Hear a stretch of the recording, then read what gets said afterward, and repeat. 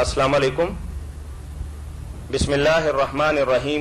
میاں طاہر آپ کے پسندیدہ پروگرام فتاوی آن لائن کے ساتھ مرکز الحرمین الاسلامی ستیانہ روڈ فیصل آباد پاکستان سے حاضر خدمت ہے. اسلامی تعلیمات کا یہ پروگرام ہر روز عصر تا مغرب آپ کی خدمت میں پیش کیا جاتا ہے. مختلف کیبل نیٹ ورک پر دکھایا جاتا ہے. اگر آپ کو بھی کوئی دینی، روحانی، معاشی، معاشرتی، کاروباری یا طلاق اور میراث کا مسئلہ درپیش ہو اور قرآن و سنت کی روشنی کے اندر آپ اس کے صحیح اور بروقت حل کے متلاشی ہوں تو ہمارا ٹول فری نمبر نوٹ کر لیجئے 080011777. یاد رہے کہ اس پروگرام میں آپ کی طرف سے آنے والی فون کالز اور براہ راست پوچھے گئے سوالات کے جوابات معروف مذہبی اسکالر، ممتاز عالم دین، مدبر، محقق، مصنف مفتی مولانا محمد اسحاق مرحمت فرماتے ہیں. جی مولانا، ہمیں سب سے پہلا تحریری سوال موصول ہوا ہے کہ چند روز قبل ہمارے علاقہ میں مسجد کی تعمیر کا پروگرام بنا. افتتاحی تقریب اور سنگ بنیاد رکھنے کی تقریب میں مختلف شہروں سے علماء کرام بلوائے گئے. جلسہ اور کھانے کا اہتمام کیا گیا. کیا سنت کی روشنی کے اندر ایسا کرنا جائز ہے؟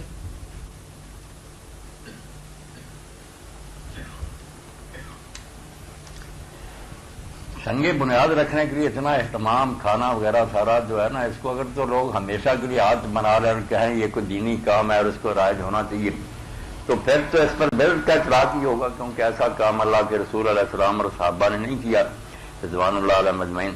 اور اگر کبھی کبھی کسی نے ایسا کر لیا، کھانا پکا لیا، لوگوں کو دے دیا، تو کوئی ایسی حرج کی بات بھی نہیں. مکان بھی نیا بنے، وہاں بھی اچانک عرب لوگ جو تھے 8 قسم کی دعوتیں کرتے تھے، جن میں ایک وطیرہ بھی تھا، کھانا پکاتے، لوگوں کو بلاتے، کھلایا جاتا. تو اللہ کا گھر بنتے وقت بھی اگر ایسا ہو جائے، کبھی کبھار سنت نہ بنایا جائے، نہ اس کا طریقہ رائج کیا جائے، تو کوئی بات نہیں. اب تو مولانا اگر باقاعدہ یہی طریقہ ہو جائے، ایک دینی مسئلہ بن جائے، تو پھر تو بدعت ہی ہے. اور کیا نہیں، اب تو مولانا کچھ ایسا ہو گیا ہے. ہو گیا تو پھر روکنا چاہیے. جیسے تقی عثمانی صاحب کا میں نے سنا کہ اس مرتبہ آئے تھے نا امدادیہ میں، تو بالکل وہ کہہ کر گیا کہ یہ ختم بخاری بھی ایک بدعت ہے جو رائج ہوگی. اور کہتے مولانا نذیر احمد صاحب مرحوم سے میں نے کہا تھا کہ آپ نے یہ کام شروع کر دیا، اب یہ دین ہی بن جائے گا کہ ختم بخاری پر لوگوں کو بلاؤ اور تقریریں کراؤ. یہ مجھے پتا چلا کہ وہ تقی عثمانی صاحب نے باقاعدہ اس بارے میں کہا کہ آئندہ آؤں گا، یہ کام بھی خواہ مخواہ کی بدعت. جی السلام علیکم. السلام علیکم سر. جی وعلیکم السلام ورحمۃ اللہ. سر یہ عالم on line sir. G فتاوی on line. سر ایک کوشچن ہے کہ ایک بندے نے اگر نکاح کیا ہے کورٹ میں شادی کی ہے. ہاں جی، کورٹ میں شادی کی ہے. جی جی. وہ اگر دوبارہ محفل میں نکاح وہ کروا سکتا ہے اسی مولوی سے دوبارہ؟ نہیں، اس کی ضرورت کیا پیش آئی؟ ضرورت یہ ہے کہ اب فیملی کو پتہ نہیں تھا، فیملی کو پتہ چل گیا تو وہ اس نے یا بتایا نہیں ہے، وہی اسی کے ساتھ دوبارہ نکاح اگر کروا لے تو کیا اس میں کوئی مسئلہ تو نہیں ہے؟ آپ ذرا واضح کریں نا کہ کورٹ میں شادی کی تھی، کورٹ میں اس نے پہلے نکاح کر لیا. اب وہ خاندان کے لوگ بھی راضی ہو گئے. ہاں جی، خاندان کے لوگ بھی راضی. ان کو بھی پتہ چل گیا یا وہ راضی ہیں، نکاح کا بے شک نہ بتایا مگر وہ راضی ہیں کہ رشتہ ہو جائے تو کوئی بات نہیں. ہاں جی. تو آپ یہ پوچھ رہے ہیں کہ اگر وہ ان کو راضی کرنے کے لیے بغیر یہ بتائے کہ نکاح تو پہلے بھی ہو چکا ہے، ہاں جی، دوبارہ نکاح کر لے. ہاں جی، ہاں جی، کر لے، کوئی حرج نہیں ہے. اس مولوی سے کرائیں، جس سے جی چاہے کرائیں، نکاح دوبارہ کرا سکتے ہیں، کوئی حرج نہیں. نکاح تو روزانہ بھی کوئی شخص پڑھاتا رہے کسی سے، تو اس میں بھی کوئی بات نہیں. تجدید نکاح میں کوئی حرج نہیں ہے، نکاح قائم ہی قائم ہے. بالکل. بہت خوشی کی بات، اللہ خیر سے رکھے، وہ نکاح کروا سکتے. Thank you sir. جی بارک اللہ فیک.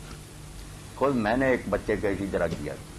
وہ خالہ کی گاڑی چاہتا تھا، لڑکی کا والد جو تھا نا وہ ریٹائرڈ فوجی تھا، مانتا ہی نہیں تھا.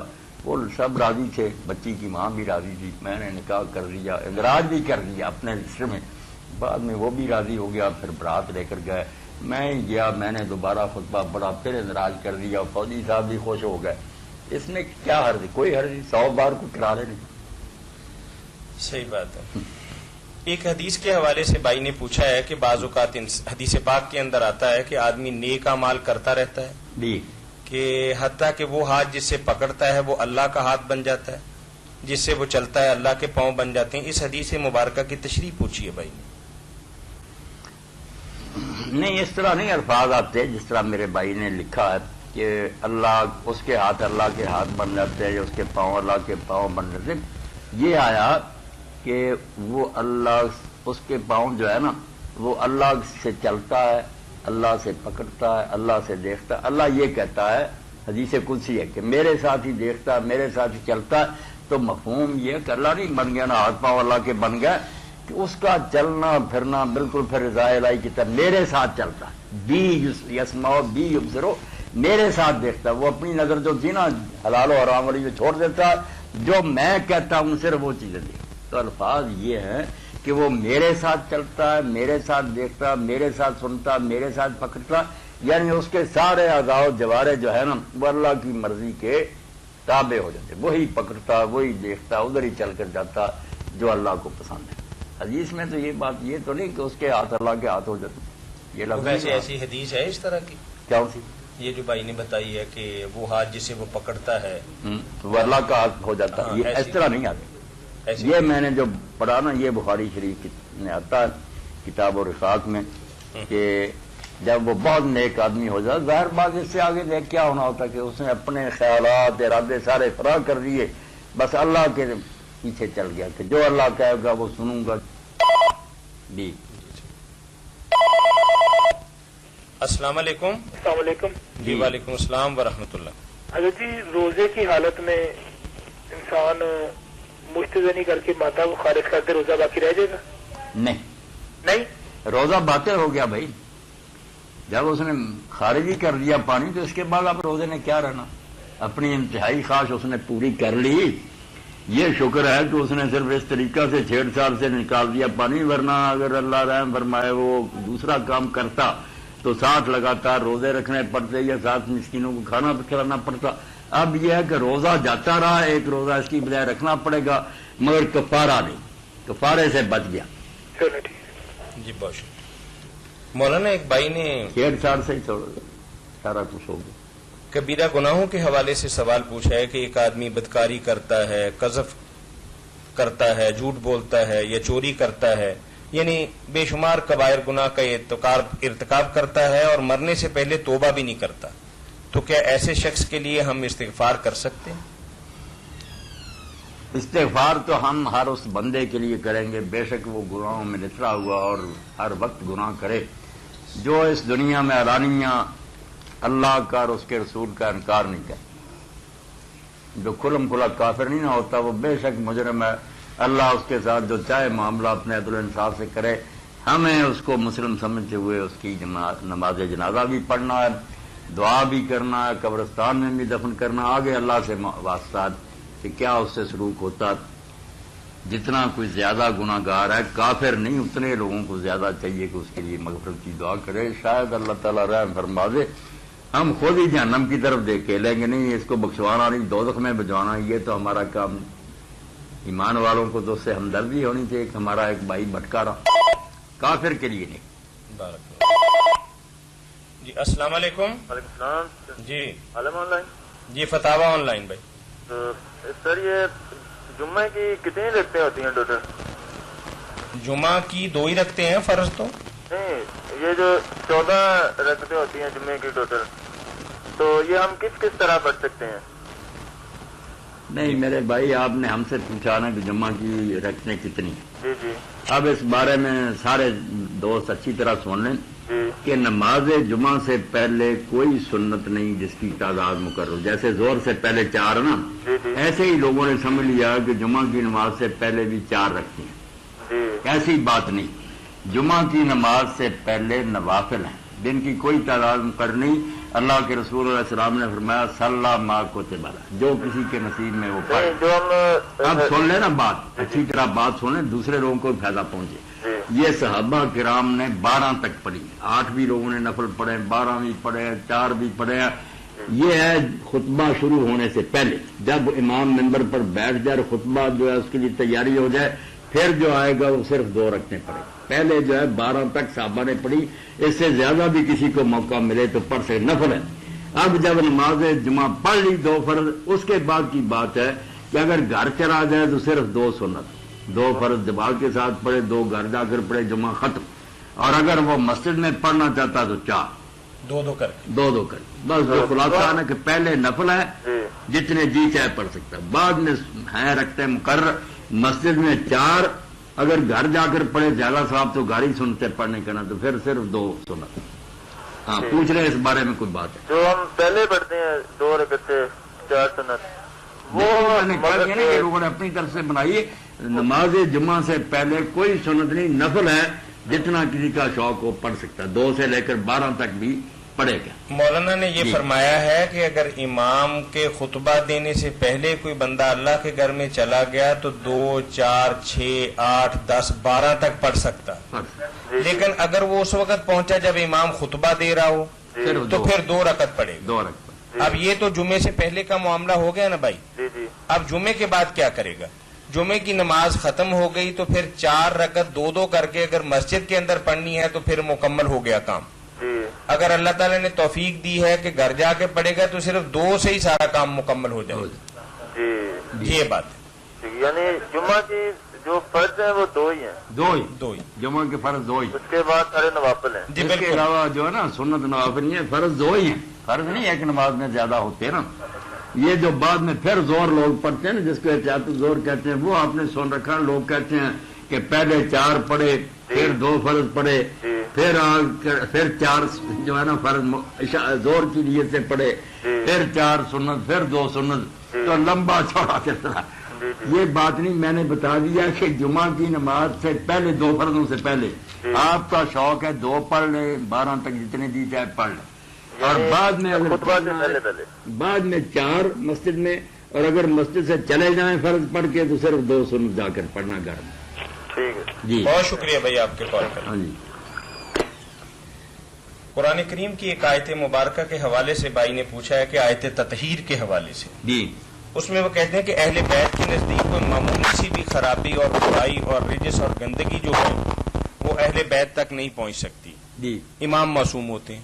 پھر انہوں نے کہا کہ 12 امام ہیں، پہلے امام نے جو حلال کر دیا وہ حلال ہے، اور پہلے امام نے جو حرام کر دیا وہ حرام ہے، اور 12ویں امام تک ایسا ہی ہے، جبکہ وہ کہتے ہیں کہ امام ابو حنیفہ رحمۃ اللہ علیہ اور امام ابو یوسف اور ان کے جو شاگرد ہیں ان کے درمیان، امام محمد کے درمیان بے شمار اختلافات جو ہیں وہ بالکل ایک دوسرے کے الٹ بھی نظر آتا ہے فقہ کی کتابوں میں۔ میرے بھائی نے جو باتیں کہی نا یہ ساری سنی سنائی، اسی لیے میں نے کہا کہ میرے جو خطبات اب شائع ہو گئے نا کتابی شکل میں آ گئے، 2 جلد، 2 جلدوں ان میں امامت پر میں نے تفصیل سے بحث کیا، آیا تطہیر بھی آئی ہے۔ آپ کی مولانا محمد اسحاق جو آپ کی طرف سے آنے والی فون کالز اور براہ راست پوچھے گئے سوالات کے جوابات مرحمت فرماتے ہیں، عرصہ 24-25 برس سے ایک ہی جگہ پہ قال اللہ اور قال رسول کی صدائیں بلند فرما رہے ہیں، اور وہاں جمعۃ المبارک کے دیے ہوئے خطبات کتابی شکل کے اندر زیور طباعت سے آراستہ ہو کر مارکیٹ کے اندر آ گئے ہیں۔ اگر بازار سے نہ ملے تو مرکز الحرمین الاسلامی سے انتہائی رعایتی قیمت پر صرف 200 روپے میں 2 جلدیں آپ کو دستیاب ہو جائیں گی، پڑھیے، رہنمائی حاصل کیجیے۔ جی السلام علیکم۔ جی بھائی،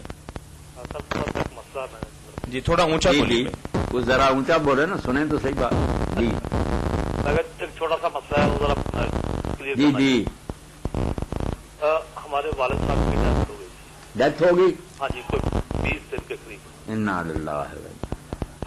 اب ہماری والدہ کا ہمیں شناختی کارڈ بنانا ہے۔ ہیلو جی والدہ کا شناختی کارڈ بنانا؟ ہاں، سن رہا ہوں میں۔ شناختی کارڈ بنانا چاہتے ہیں، اچھا تو اس کے لیے وہ جا کے تصویریں وغیرہ بھی مطلب کھنچوانی ہوتی ہے نا، ٹھیک ہے، تو اس پر کوئی مطلب پابندی وغیرہ تو نہیں ان کے اوپر؟ نہیں کوئی شرم پابندی نہیں، آپ جائیں ان کی تصویریں بھی کھنچوائیں، اور دفتر میں بھی اگر جانا پڑے ساتھ ان کو لے جانا پڑے لے جائیں، کوئی شرم اس میں رکاوٹ نہیں ہے۔ وہ عدت کا مطلب یہ نہیں ہے کہ گھر میں بند کر دیا گیا، اگر دوائی لینی ہو، سودا صرف کسی عورت نے لانا ہو، کوئی فوت ہو جائے یا کسی سے ملنا جانا پڑے، کوئی بات نہیں، ایسی کوئی نہیں پابندی جو ہے وہ یہی ہے کہ 76 ان کی ایج ہے، 76 سال کی عمر ہے۔ نہیں کوئی بات نہیں، ہاں ٹھیک۔ جوان بھی ہو تب بھی یہ کوئی پابندیاں نہیں، گھر سے نکلنے کی کوئی پابندی نہیں، یہ لوگوں نے آپ ہی فرض کر لیا۔ آپ امی کو لے جائیں، اللہ تعالیٰ والد مرحوم کو بخشے، جنت میں جگہ دے۔ یہ تصویریں بنوا لیں، شناختی کارڈ بنوائیں، ٹھیک ہے جی، کوئی حرج نہیں ہے اس میں۔ مہربانی جی۔ جی ٹھیک۔ جی آیت تطہیر کے حوالے سے آپ بات بتانے آیت تطہیر پر بھی اس میں نے بحث کی، اس لیے وہ کتاب پڑھ لینا میرے دوست، اس کے بعد کوئی بات رہ گئی۔ اور یہ کہتے ہیں جو کہتے ہیں نا کہ اختلاف نہیں، یہ بھی میں نے اس میں دکھایا کہ جتنا اختلاف شیعہ کی حدیثوں میں ہے نا، ایک امام حلال کہتا دوسرا حرام، غضب خدا کا وہ سنیوں کی کتابوں میں نہیں۔ یہ تو صرف جو پڑھتے نہیں وہ کہتے ہیں امام معصوم ماننے کا میں نے بتایا کوئی فائدہ نہیں، اگر کوئی یہ ہوتا نا کہ امام معصوم ہے یار ایک ہی فتویٰ پھر بھی ہم کہتے بات یہیں سے لیں گے۔ جی السلام علیکم۔ میں سویرے تو ٹی وی تے پروگرام تو دیکھے ہے جی جی نا۔ جی جی بیٹھے ہیں مولانا۔ اچھا پوچھنا ہے بھائی جڑا مولانا مفتی امام مالک صاحب کا فتویٰ سے ہاتھ اور نہیں سر بنتے ذرا اس کا سمجھ نہیں آئی، تھوڑی سی وضاحت چل رہی تھا میں۔ وہ بے نمازی کے بارے میں جو تھی؟ نہیں نماز بھائی ہاتھ بغیر ہاتھ چھوڑ کے نماز پڑھے۔ اچھا میرے بھائی اصل میں بات اس بارے میں یہ ہے جو ذہن میں رکھنے کی ہے جی کہ نماز پڑھنا تو میرے بھائی فرض ہے، جی ہاں یہ جو ہے نا ہاتھ باندھنا یہ چھوڑنا، جی ہاں امام مالک جو ہے وہ کہتے ہیں فرائض میں آدمی بہتر ہے کہ ہاتھ نہ باندھے، ناجائز نہیں کہتے، اچھا مگر وہ کہتے ہیں لٹکا کر پڑے زیادہ اچھا، مگر نوافل میں وہی کہتے ہیں کہ سنت اور نفل پڑے نا ان میں باندھ لے تو بالکل ٹھیک ہے، اچھا ان کا مسلک تو یہ ہے۔ اچھا دوسرے ائمہ کہتے ہیں باندھنے چاہیے، مگر وہ بھی مانتے ہیں، امام شافعی کہتے ہیں کہ باندھنے چاہیے، مگر اگر کوئی چھوڑ کر وقار کے ساتھ کھڑا رہے، فضول حرکتیں نہ کرے تو حرج اس میں بھی کوئی نہیں، مسئلہ ہے بہت معمولی، مگر اس کو کفر ایمان کا مسئلہ بنا چونکہ وہ شیعہ ذرا اصرار کرتے ہیں نا بھائی، میں اگر چھوڑ کر پڑھ لوں جیسے کئی مرتبہ پڑھ لیتا ہوں میں کوئی کافر نہیں ہو جاتا، اور اگر کوئی شیعہ اور مالکی باندھ لے گا تو اسلام سے ہی نکل جائے گا۔ یہ مسئلہ بہت ادنا ہے، مگر خواب خانہ اس کو ایک نشان بنا رکھا ہے۔ میں نے بتایا کہ مالک بھی مانتے ہیں کہ باندھ لیا جائے تو کوئی حرج نہیں، اچھا اور نوافل میں تو بالکل کہتے ہیں نا کہ باندھنے چاہیے، باندھنی نہیں چاہیے۔ ہاں، اچھا اور امام شافعی باندھنے کے قائل ہیں، مگر وہ بھی کہتے ہیں کہ اگر لٹکا دے تو کوئی حرج نہیں۔ یہ اسی دور میں میرے بھائی بہت بڑے عالم ہوئے ہیں، مفتی اعظم تھے وہ سعودی عرب کے، شیخ عبدالعزیز ابن باز رحمۃ اللہ علیہ، تھوڑی ملتوی فوت ہوئی، اچھا ان کے فتاوی میں ہے کہ مینا میں سر کٹنے لگے تھے اسی بات پر، کوئی ہاتھ باندھتے تھے کوئی چھوڑتے تھے، وہ ایک دوسرے قتل کرنے لگے، تم کافر ہو وہ کہتے، آخر انہوں نے کہا یار مرتے کیوں، علماء کے پاس جاؤ، تو شیخ نے لکھا کہ جہالت کے یہ کرشمے، انہوں نے پھر سمجھایا باندھنے والوں کو بھی کہ کوئی اہل علم یہ نہیں کہتا جو باندھنے والے ہیں کہ باندھنا فرض ہے، صرف ایک سنت ہے، اگر نہیں باندھتا نماز ٹھیک ہے، ان کو بھی ٹھنڈے کیا، دوسروں کو بھی دلائل سے سمجھایا کہ زیادہ روایتیں باندھنے کی، انہوں نے ایک دوسرے کو سینے سے لگایا، روئے اور گلے ملے، انہوں نے کہا یار ہمیں بیوقوفی میں لوگوں نے ڈال رکھا تھا، بات تو کچھ بھی نہیں، ہاں تو اس لیے کوئی بات نہیں، مالک اگر چھوڑتے ہیں۔ اچھا جمعہ کہڑے مسجد پڑھاتے ہو، کتنے پڑھاتے ہو جی؟ جمعہ کہڑی مسجد؟ ہاں جمعہ میں پڑھاتا ہوں، طاہر صاحب ذرا بتا دینا۔ ستیانہ روڈ پہ رحمان جیولر ہے نا، جی ہاں اسی گلی کے اندر ایک ہی مسجد ہے، جامع مسجد کریمیہ محمدیہ۔ اچھا ٹھیک ہے جی۔ جی بارک اللہ۔ کتنا جمعہ ہوتا ہے؟ آپ آ جائیں نا 2 منٹ پہلے آ گئے تو کیا؟ پتا ہوگا نا 12:30 سے آ جائیں نا، 12:30 سے شروع ہو جاتا ہے کام، کل سے سنا نہیں چاہ رہا ہوں نا وہ پتا بڑی خوشی ہوگی آپ آئیں، 12:30 بجے سے نا جی ہاں 1:30 بجے یا 1:45 بجے تک ہوتا، ٹھیک ہے، خوش رہو، سلامت رہو۔ اللہ خیر سے رکھے۔ جی تھوڑی سی آیت تطہیر کے حوالے سے آپ بات بتانے لگے۔ آیت تطہیر کی بات تو میں نے بتا دی کہ اس میں وضاحت سے آئی ہے، مگر ذرا یہ سمجھ لیں سب نے خرابی کر رکھی ہے، خواہ وہ اہل سنت ہیں یا اہل تشیع ہیں، چکر میں پڑے ہوئے۔ آیت تطہیر میں کوئی فضیلت بیان نہیں ہوئی اہل بیت کی، یہ بات ذہن میں رکھے، وہ مدح کے طور پر نہیں آئی، بہت گہری بات ہے، طاہر صاحب کو اس توجہ سے سننی چاہیے کہ یہ شان کے لیے نہیں آئی کہ اہل بیت کو اللہ پاک کرنا چاہتا تھا، یہ کوئی شان ہے، اور نہ تطہیر کا معنی کہ کوئی ان سے غلطی نہیں ہو سکتی، کوئی یہ نہیں ہو سکتا، یہ سب فضول باتیں۔ بات تو چل رہی ہے کہ رسول کریم علیہ السلام کی بیویوں کا تذکرہ، پہلی تو یہ ہے کہ اس آیت میں اہل بیت صرف حضور کی بیویاں، کافی پیچھے سے آ رہی ہے یہ بات، یا نساء نبی، اور آگے بھی چلتی جاتی ہے۔ اب رسول کریم علیہ السلام کی بیویوں کو اللہ نے ماڈل بنا کرنا کہ نمونے کا گھر، رسول کا گھر جو تھا، اس لیے پردہ پہلے وہاں لاگو کیا کہ مردوں سے بات کرنا پردے کے پیچھے کرو، باہر نہ گھومتی پھرو، نرم آواز سے بات نہ کرو، یہ پابندیاں جب لگی تو اب یہ بتانے کے لیے، جیسے جب یہ پابندی لگی نا کہ وضو کرو، غسل کرو، تیمم کرو، وہاں بھی اللہ نے کہا کوئی بندہ یہ محسوس نہ کرے کہ یار نماز پڑھنا تو ٹھیک ہے، یہ مصیبت کیا خدا نے ڈال دی کہ نماز وضو کرو، یہ کرو، کبھی سردی ہوتی کہتا نماز پڑھو، ہر آٹھ میں پڑھ لیتی. تو وہاں بھی یہ کہا یرید اللہ لیطہرکم، یہ حکم کسی مصیبت میں ڈالنے کے لیے نہیں، وہاں بھی آیت تطہیر ہے. اللہ صرف یہ چاہتا ہے کہ تم پاک صاف بن. اب یہاں بھی پردے کے جب احکام ہوئے نا کہ گھر میں رہو، ٹہلتی نہ پھرو، غیر مردوں سے بات کرنی تو پردے کے پیچھے کرو، اس لیے کہ یہ تکلیف نہ محسوس کریں کہ ہمیں تو قید خانے میں ڈال دیا. وہاں اللہ نے کہا انما یرید اللہ لیطہرکم اہل البیت، کہ اے رسول اللہ کے گھرانے، یہ حکم دے کر پردے کے اللہ یہ چاہتا ہے کہ تمہیں پاک صاف رکھے، کوئی اسکینڈل نہ بن جائے، بدماشی کا الزام نہ لگ جائے. یہ بات جس کا پیچھے بھی ذکر ہے کہ جن کے دلوں میں شہوت ہے، نرم بات کرو گی ہو سکتا ہے ان کے دلوں میں بیماری پہ.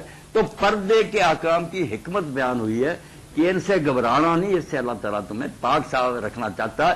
اب کوئی پاک صاف رہا ہے یا نہیں، جیسے وضو کی بات ہے، اللہ پاک صاف رکھنا چاہتا ہے. روزے کے بارے میں کہ متقی بنانا چاہتا، وہ حکم پر کوئی نیت نیک سے عمل کرے گا تو ہوگا نہیں. یہ صرف احکام کا فلسفہ بیان ہوا، کوئی فضیلت کی بات نہیں، ذمہ داری ہے کہ یہ حکم پردے کے اس لیے دیے گئے تم کو رسول اللہ کے گھرانے کو تاکہ پاک صاف رہو، اور یہ پلیدی وغیرہ، پلیدی صرف زنا کی تہمت لیں، کوئی ایسی بات نہ ہو جائے. منافق تو ہر وقت ڈھونڈتے تھے، ہم ایسا پر لگا نہیں دیا تھا جھوٹا بہتان.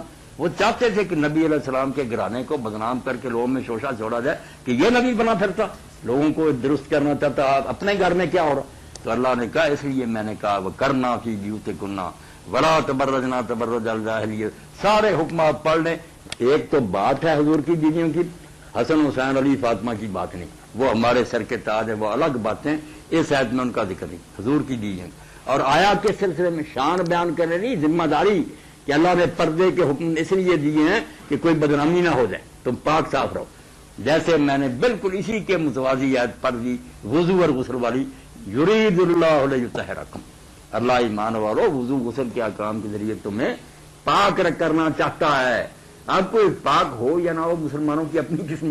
تو نبی کی بیویاں بھی اگر غلط کام کرے بتاؤ ان کا بھی دیا کہ اگر تم نے کوئی بے حیائی کا کام کیا دگنا عذاب ہوگا، اور نیکی کرو گی.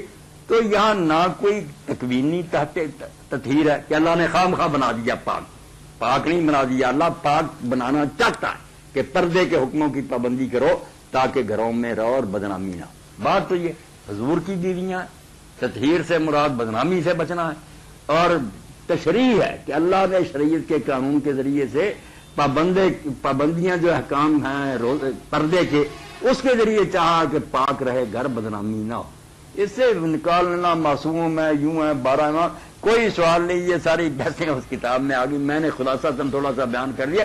یہ باتیں ڈیٹیل کی ہیں لمبی، کیونکہ صدیاں ہو گئی لوگوں نے آج تک تطہیر کو غلط، ایک تو پنچن پاک کے بارے میں لے آتے ہیں، پھر تطہیر سے مراد غلطیوں سے بھی پاک. یہاں یہ قصہ ہی نہیں، پردے کے حکم ہے، ان کا فلسفہ اللہ نے بیان کیا، جیسے وضو اور غسل کا بیان کیا. ان کے بارے میں کہا کہ اللہ اس سے تمہیں پاک صاف رکھنا چاہیے. اس کے بارے میں کہا کہ پردے کے کام کو ناگوار اور کڑوا نہ سمجھنا، اللہ چاہتا ہے کہ کوئی بدنامی نہ ہو، تم پاک صاف. سیدھی سی بات. اس آیت مبارکہ کے حوالے سے آپ نے جو بات بتائی ہے وہ تو بڑی سیدھی اور سادہ ہے. یہ آیت بیویوں کے حوالے سے، بیویوں، جبکہ ہمارے اہل تفسیر کا رویہ جو ہے وہ یہاں بڑا معذرت خواہانہ ہے کہ زبردستی وہ اس کے اندر بیویاں ڈالتے ہیں، اور یہ سمجھتے ہیں کہ اہل بیت کے اندر حضرت علی، فاطمہ، حسن، حسین وغیرہ تو ہیں ہی ہیں، اور بیویوں کو اس کے اندر شامل کروا دیں. نہیں، وہ بھی اہل بیت میں، وہ الگ بات ہے حدیثوں میں. یہاں جو ہے نا بیت بیویوں، وہ بات آپ کی لیکن تفسیر کی کتابوں میں تو کچھ ایسے ہی نظر آتا ہے. اسی لیے حضرت اکرمہ بازاروں میں پھر سے کرتے آؤ میرے ساتھ مبالغہ کرو کہ اللہ لعنت کرے اس شخص پر جو کہہ رہی ہے بیویوں کے بارے میں. سارے 2-3 رکوع یا نثار نبی یا نثار نبی چل رہا. علی اور فاطمہ حسن حسین کی بات یہاں کیسے آ گئی؟ اور جو لوگ ماننا چاہتے ہیں نا کہ یہاں ان کی بات ہے، پریشان وہ بھی ہے، مانتے ہیں تفسیروں میں کہ یار آیت جہاں پھیٹ ہے نا وہاں تو بیویوں کے ساتھ تذکرہ نہیں. اب کہتے ہیں کہ آیت کسی اور موقع کی تھی، بعد میں ان کاتبوں نے یہاں ڈال دیے. آسمان سے گرا کھجور میں اٹکا، قرآن کو بھی نعوذ باللہ مشکوک کر دیا. وہ آیت خود پکار کر گئی کہ یہاں کسی اور کی بات نہیں، یہ بیویوں کی بات. صاحب قرآن نکال کر دیکھ لیں، پڑھے اپنی آنکھوں سے، شیعت سنیت کو بھول جائے. وہاں حضرت علی، فاطمہ، حسن حسین کا کوئی آتا ہو خیال تو بات کرے. بات بیویوں کی، وہ بھی یہ نہیں کہ ان کو پاک کر دیا یا پاک ہو جائیں گی، نہیں. پردے کے حکم دے کر اللہ نے کہا کہ اس پردے کے حکموں سے گھبرانا نہیں، یہ تو اللہ چاہتا ہے کہ کوئی بدنامی نہ ہو، تو پاک صاف زندگی گزارو. یہ ساری شریعت کے بارے میں جیسے اللہ کہہ دیتا نا کہ یہ حکم اس لیے ہے کہ تم پاک ہو جاؤ، یہ حکم اس لیے کہ متقی ہو جاؤ. اب کوئی ہوتا متقی یا نہیں؟ ان لوگوں نے ایک تو ارادہ تکوینی بنا لیا کہ اللہ نے خواہ مخواہ پاک کر کے چھوڑنا ہے، کر یعنی دیا. نہ پاک کرنا چاہتا ہے کہ تم ان حکموں پر عمل کر کے پاک ہو جاؤ. یہ ارادہ تشریح پورے نہیں ہوتے. اللہ کہتا ہے کہ ہم روزہ رکھ کے متقی بن جائیں، ہم نہیں بنتے. یہ تشریح ارادہ کی قانون سازی سے مقصد یہ ہے. جو ارادہ تکوینی ہے کہ کون کہہ دیا وہ ہو ہی جاتا، جیسے کہہ دیا زلزلہ آ گیا ہو گیا، وہ اور چیز ہے ارادہ تکوینی. یہ ہے تشریح. یہ پردے کے احکام سے اللہ کا منشا یہ ہے. بات بیویوں کی ہے، ارادہ تشریح ہے. خام خواہ پاک ہونے کی بات نہیں، نہ پاک ہونے سے مراد ہے بالکل معصوم ہو جانا. ورنہ سورہ مائدہ سے وہ آیت نکال کر دکھانا کہ وضو اور غسل کے بعد یہی کہا یرید اللہ، اللہ ارادہ کرتا سب مسلمانوں لے یطہرکم، تاکہ تمہیں پاک کرے. اب ساری دنیا کے مسلمان معصوم ہو گئے. کوئی عقل کی بات کرنی چاہیے. یہ فرقہ بندی کی باتیں جھگڑے کی. اللہ کے لیے قرآن کو قرآن ہی رہنے دیں. ساری چیزیں بھول کر قرآن کھولا کریں، پھر آپ کو نظر آئے گا کہ وہاں یار بات ہی اور ہے. یہ فرقے کی سیٹتے پھرتے اپنی طرف کھینچتے پھرتے. بالکل قرآن صاف چلتا جا رہا. بیویوں کی بات کئی آیتیں ہیں اکٹھی، پہلے بھی پیچھے بھی دی.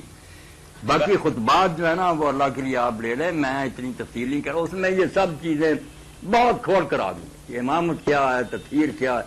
کوئی مسئلہ نہیں رہ جائے گا اللہ کے فضل. صرف لے لو.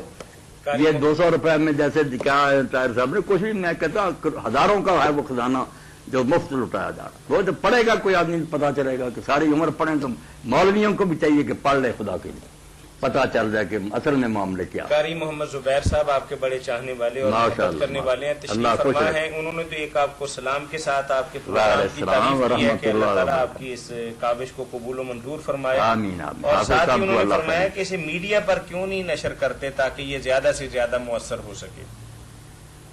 تو اس کو بتا رہے ہیں کہ بی سی این پہ تو آ رہا ہے 2 دفعہ 4:30 بجے بھی اور رات 9 بجے بھی، اور میڈیا کام پہ بھی الحمدللہ کل سے 4:30 بجے بھی آیا کرے گا اور پھر کسی اور وقت بھی ان کی مرضی کے ساتھ انشاءاللہ. یعنی دونوں اوقات کے اندر فیصل آباد کے اندر 2 ہی بڑے کیبل آپریٹر ہیں، ایک بی سی این والے، ایک میڈیا کام والے.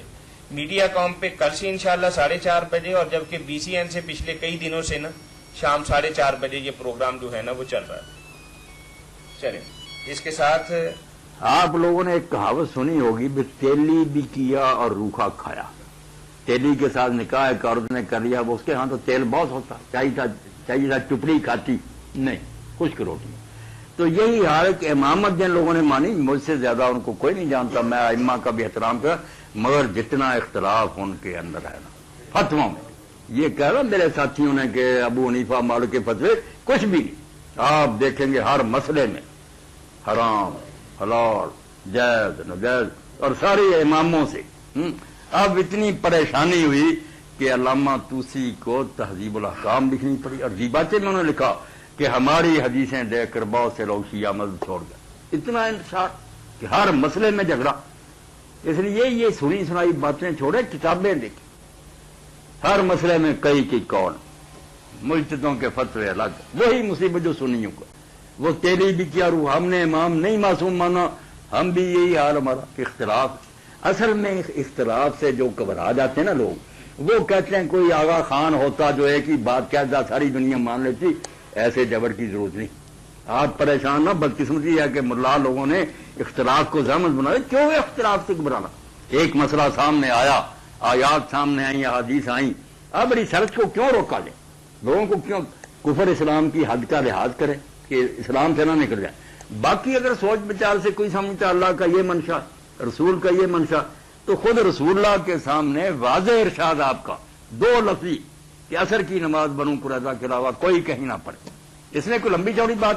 اب صحابہ کرام کے 2 گروہ ہو گئے، وقت ہو گیا. کچھ نے کہا، حضور نے کہا تھا ٹھیک ہے، یہ تو مقصد تھا کہ جلدی کرو، مگر جلدی کے باوجود وقت ہوگا، نماز کیوں ضائع کرے؟ عصر وقت پر انہوں نے پڑھ لی.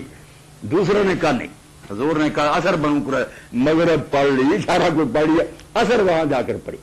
اب حضور سے جب ذکر کیا تو رسول کریم علیہ السلام کو چاہیے کہ بتا دیتے کہ یہ گروہ سچا یہ جھوٹا. حضور نے اس لیے قید حدیث بھی رہیں اور یہ فقہ والے بھی رہیں. وہ فقہ والے تھے جنہوں نے لفظ چھوڑ دیے، بات کی تہ تک پہنچے کہ مقصد جلدی تھا، نماز ضائع کرنا نہیں تھا۔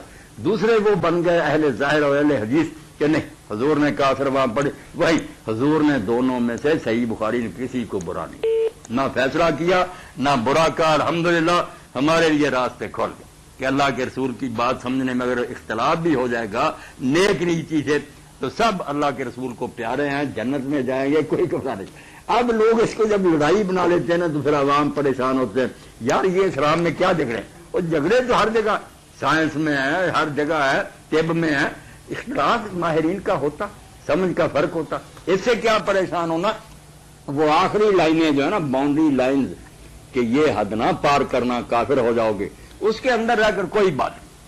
اب قرآن مجید کو دیکھ لیں، قرآن مجید میں اللہ کہتا لا مستم النساء، جب تم عورتوں کو چھو، وضو کے بارے میں بات آتی۔ اس کو امام شافعی رحمۃ اللہ علیہ نے تو وہ بالکل لفظی معنوں میں لیا کہ ٹچ ہو گیا، کوئی بالغ عورت ہے، آپ کی بیٹی ہے، ماں، کوئی خیال نہیں، صرف لگ گیا ننگے بدن کو کسی طرح آپ کا ہاتھ یا جسم، وضو کیا۔ اب لفظ تو یہی کہتے۔ ابو حنیفہ رحمۃ اللہ علیہ نے کہا بے شافعی بات ٹھیک ہے، لفظ یہی ہے، مگر جو باتیں ہیں نا شرم کی، وہ ننگی نہیں بیان ہوتی، اس میں کنایا ہوتا کہ اللہ کہتا ہے عورتوں کے قریب نہ جاؤ۔ اب قریب نہ جاؤ یہ کہ چارپائی کے پاس نہ یا دوسری جگہ نہ پاس بیٹھو، یہ تو مانا نہیں۔ وہ بالغ لوگ سمجھتے ہیں قریب جانا کہ لفظ قرآن میں قریب کے ہی ہے۔ تو اسی طرح امام نے کہا کہ لمس سے مراد اور بات ہے مباشرت۔ اب دونوں نے ایک، دونوں سچے ہیں، لمس کا معنی چھونا بھی ہے اور مباشرت بھی آتا۔ اب کیا کہیں گے بے دین اور کافر، کیوں گھبرانا، کوئی بات نہیں۔ تو اللہ کے لیے یہ سارے علماء اور نیک لوگ سب کا حوالہ دیا کریں، ان کی بات بتایا کریں اور ساتھ سمجھائیں کہ اس نے یہ کیوں سمجھا، اس نے کیوں سمجھا۔ اتنا علم ہونا چاہیے کہ عالم سمجھائے کہ ابو حنیفہ یہ کیوں کہتا، مالک کیوں کہتا، جعفر الصادق کیوں۔ جب ان کے دلائل سمجھا دیں گے نا، لڑکے اٹھ کر چھلانگے ماریں گے کہ اللہ اللہ اللہ، ہمارے امام اتنے عالم تھے، ایک ایسے نقطے نکالتے رہے۔ مگر جب اس کو جنگ و جدال کا بنا لیا سبب، لڑائی جھگڑے، تو پریشان ہی ہونا تھا۔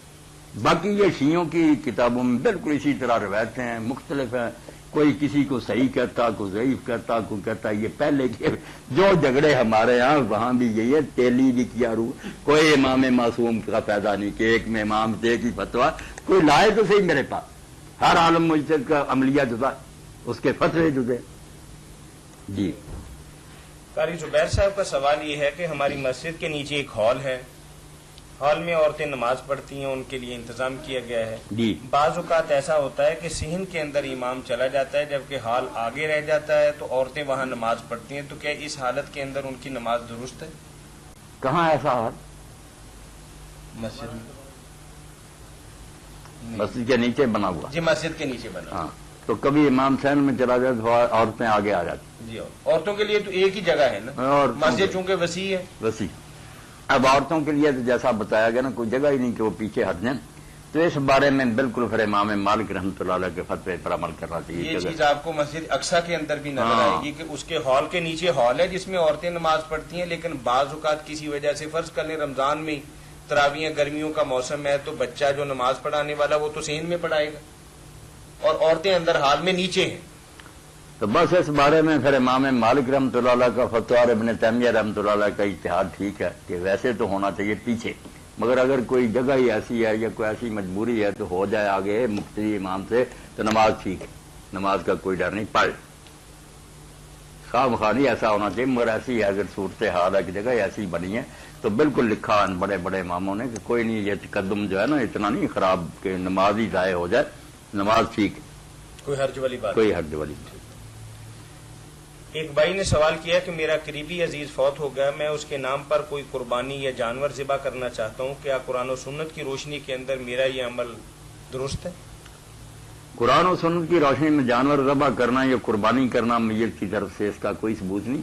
وہ جو مشہور ہے کہ رسول کریم علیہ السلام کی طرف سے حضرت علی رضی اللہ عنہ کرتے تھے قربانی، وہ نہیں ثابت، اس میں 3 کمزوریاں، علماء نے بالاتفاق مانا کہ وہ روایت ضعیف ہے، اور حضرت علی کے علاوہ اور کسی کا تو ملتا بھی نہیں کہ کسی نے سن کر یہ شروع کر دیا، یہ کوئی شے نہیں، قربانی نہ کرے، اگر کرنا ہی چاہتا صدقہ کر، قربانی کے اتنے پیسے جو نا ویسے غریب کو دے دے، صدقے کو سب مانتے، قربانی کے چکر میں نہ پڑے۔ نہیں جانور ذبح کر سکتے، نہ جانور بھی نہ ذبح کرے، وہ قربانی والی بات ہوگی نا، جانور ذبح نہ کرے، پیسے نہ کر دے۔ جتنے دینا چاہتے. دعا اور صدقے میں نہیں کوئی اختلاف, جانوروں کو ذبح کرنا نہیں چلیں، چاہیے. یہ امام ترمذی لکھتے ہیں, عبداللہ بن مبارک کہتے ہیں کہ تم یار ثواب ہی پہنچانا چاہتے ہو, کیوں اس مصیبت میں پڑتے ہو قربانیوں میں, پیسے دے دو, صدقہ کر دینا چاہیے. مولانا مدارس کو یا کسی یتیم خانے کو یا کسی ایسی جگہ پہ جیل وغیرہ میں کوئی بندہ کہتا ہے کہ یہ 2 بکرے میں اپنے فلاں مرحوم عزیز کی طرف سے اظہار ثواب کی خاطر وہاں صدقہ بھجوانا چاہتا ہوں, کیا یہ درست ہے؟ نہیں, یہ الگ بات ہے. جو ہے نا قربانی کے طور پر لوگ قربانی کے دنوں میں نہیں، یہ کرتے صدقہ کی بات ہیں, یہ ٹھیک ہے. جانور بھی اگر وہاں ضرورت ہے تو دے دے, کوئی حرج نہیں.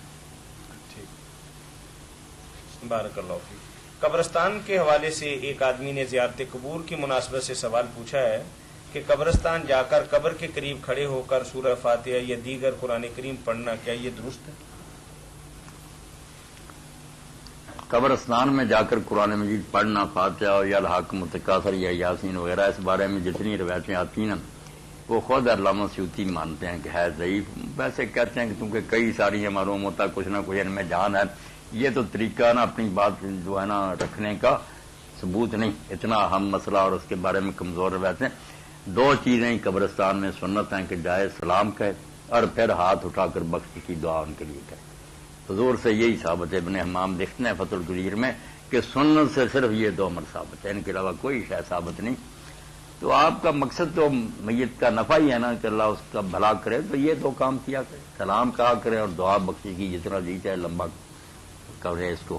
جی, سورت والضحیٰ کی ایک آیت مبارکہ کے حوالے سے بھائی نے وضاحت طلب کی ہے. ضالًا فہدیٰ کے حوالے سے پوچھا ہے کہ اس کا صحیح ترجمہ کیا ہے, آپ کو سیدھا راستہ بتایا یا دوسرا ترجمہ یہ کہ آپ کی سیدھے راستے کی آپ کی وجہ سے سیدھا راستہ بتایا؟